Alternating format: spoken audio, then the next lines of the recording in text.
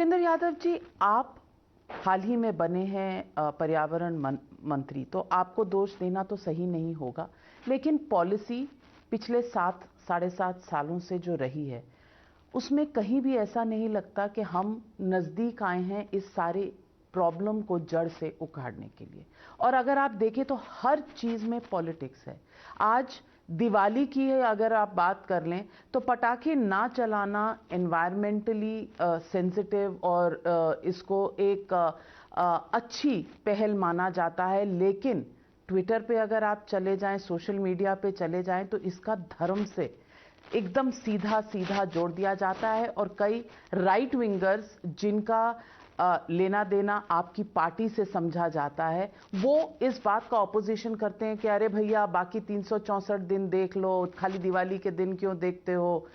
Issue ये है कि हमारे यहाँ कितनी अवेयरनेस है और हम क्या एज अ कंट्री धर्म छोड़कर अपनी लाइफ, हेल्थ और क्वालिटी ऑफ लाइफ पर कभी भी कंसंट्रेट कर सकते हैं। व्यापक विषय यह है कि हम अपना एयर क्वालिटी जो है वो कैसे इम्प्रूव करें, और बाकी सारे जो उपाय हैं उन सारे उपायों पे भी हम किस प्रकार से ध्यान देवें। जैसे मैंने कहा, vehicle pollution, construction pollution, bio ये जो है उसके कारण बाकी सब विषयों को करें। और मेरा ये मानना है कि हमें कुछ चीज़ों में कॉन्शियस भी होना पड़ता है, और समय के साथ साथ चीज़ें बदलती भी हैं। तो पटाखे चलाने चाहिए नहीं, कि नहीं? मैं इस पे चलाने चाहिए नहीं चलाने चाहिए, मैं इस विवाद पे नहीं पड़ता हूँ।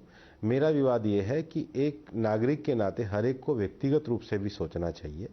चलाना नहीं चलाना ये अधिकार क्षेत्र में नहीं है, लेकिन अगर पॉल्यूशन ज़्यादा होता है तो कहीं ना कहीं सेल्फ रेस्ट्रेन होना चाहिए।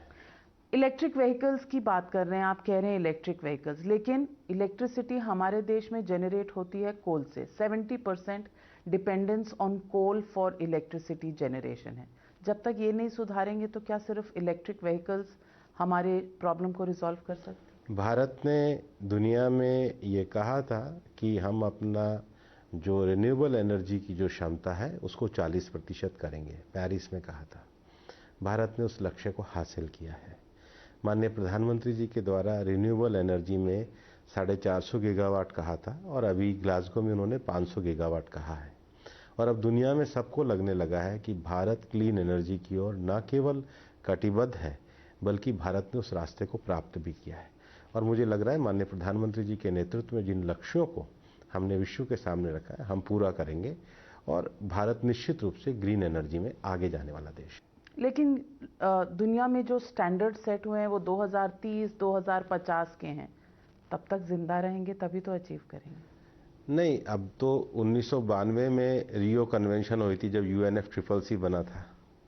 दुनिया ने तो 30 साल देखा ही है। दुनिया तो लंबी चलने वाली है। इवन IPCC की जो अभी रिपोर्ट आई थी UNFCCC की 6 साइकिल की, उन्होंने दुनिया को आह्वान किया था कि 2050 तक नेट जीरो होना चाहिए। अगर उनकी रिपोर्ट को आधार बनाया जाए तो जितने भी विकसित देश हैं उनको तो अभी 2030 में हो जाना चाहिए था, जिन्होंने अपने लक्ष्य 2050 को दिए। लेकिन भारत ने, माननीय प्रधानमंत्री जी ने एक विषय जरूर कहा था कि हम समस्या में व्यवधान नहीं बनेंगे, हम समाधान बनेंगे। और बहुत सोच समझ के माननीय प्रधानमंत्री जी ने पूरे देश के लक्ष्यों को ध्यान में रखते हुए 2070 को नेट जीरो घोषित किया। लेकिन मैं पूछना चाहती हूँ कि इस देश में कॉन्शियसनेस है नहीं, हर चीज पर पॉलिटिक्स है। मैं ये आपसे जानना चाह रही हूँ कि क्या इस लक्ष्य को हम अपने स्पीचेस में कहेंगे, अपने भाषणों में कहेंगे, या इसको हम कर सकते हैं? क्योंकि पराली बर्निंग पर आपने देखा होगा पिछले 2-3 सालों से ये पंजाब, हरियाणा और दिल्ली के बीच में एक दूसरे के बीच में टोपी पहनाने का काम होता है, यही जनता कहती है। ऐसा मैं नहीं मानता हूँ। मेरा मानना है कि पिछली बार से संख्या में काफ़ी कमी आई है, और अंतर्राज्यीय मीटिंग भी मैंने करी थी। मेरे को नहीं लगता है कि कुछ विषय जब इतने ज़्यादा व्यापक हो जाते हैं, जब जन चेतना के विषय होते हैं, तो उसमें कंसेंसस पैदा होते हैं। और मैं मानता हूं कि इस बार सब लोगों ने सजगता के साथ काम किया है, इसी कारण हम उसको डिक्रीज हम लोगों ने किया है। और देखिए, जब दृढ़ इच्छा शक्ति और नेतृत्व होता है तो विषय आगे बढ़ता है। जैसे भारत ने जो NDC के लक्ष्य पेरिस में कहे थे, बहुत समय से पहले माननीय प्रधानमंत्री जी की दृढ़ इच्छा शक्ति के कारण भारत ने वो प्राप्त किए हैं। राजनीति की जगह चलती है, लेकिन जब नेतृत्व और जनता का मन जुड़ा हुआ होता है तो लक्ष्यों को हासिल किया जाता है, और माननीय प्रधानमंत्री जी के नेतृत्व में भारत ने हासिल किया है। भूपेंद्र यादव जी, मैं आपके पास बैठी हूँ, आयरॉनिकली बाहर पटाखों की आवाज़ आ रही है और दिवाली ख़त्म हो चुकी है, लेकिन पटाखों की आवाज़ भी आ रही है। ये मेरे ख्याल से चौथी या पांचवी ऐसी विंटर है जहां हम वही एयर क्वालिटी इंडेक्स डिस्कस कर रहे हैं। वही अखबारों की सुर्खियां हैं जहां कहा जा रहा है कि बच्चों को ब्रीदिंग प्रॉब्लम्स बढ़ रहे हैं। कई डॉक्टर्स ने इस तरफ ध्यान आकर्षित किया है। क्या बदला? बदला तो धीरे धीरे बदलाव होता है।